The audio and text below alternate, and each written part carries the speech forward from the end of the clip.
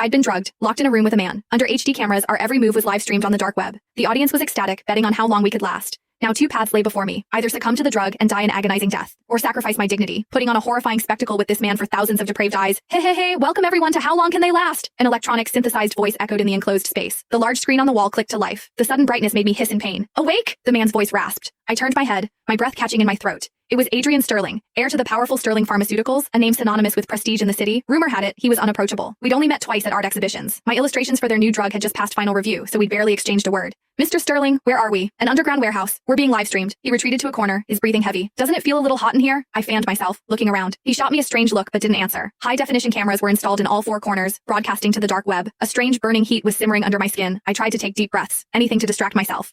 Mr. Sterling, how did you end up here too? I usually didn't have bodyguards, making me an easy target, but his security was legendary. Why us, specifically? Betrayed, he grunted, his voice low. Who's behind this? I don't know yet, but I will find out.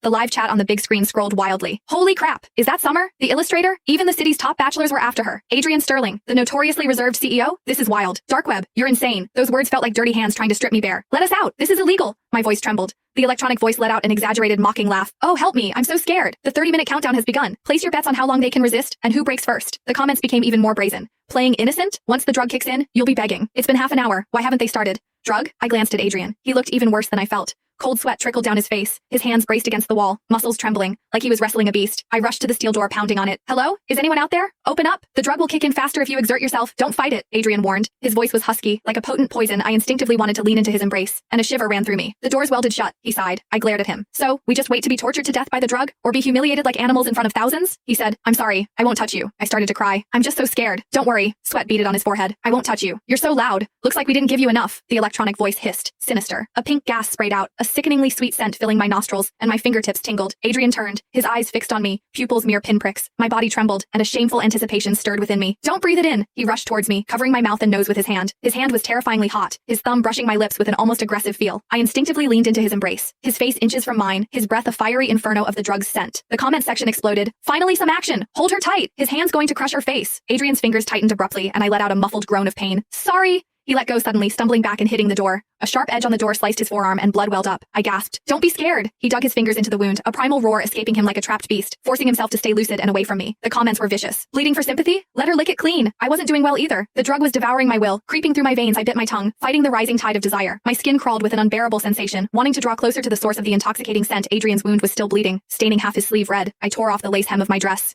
Use this to bandage it. My voice was trembling as I offered it to him. His eyes were bloodshot, like a wild animal's. His gaze first fell on the strip of fabric, then on me. I tried to pull my hand back, but he grabbed it, and a tingling jolt shot through me.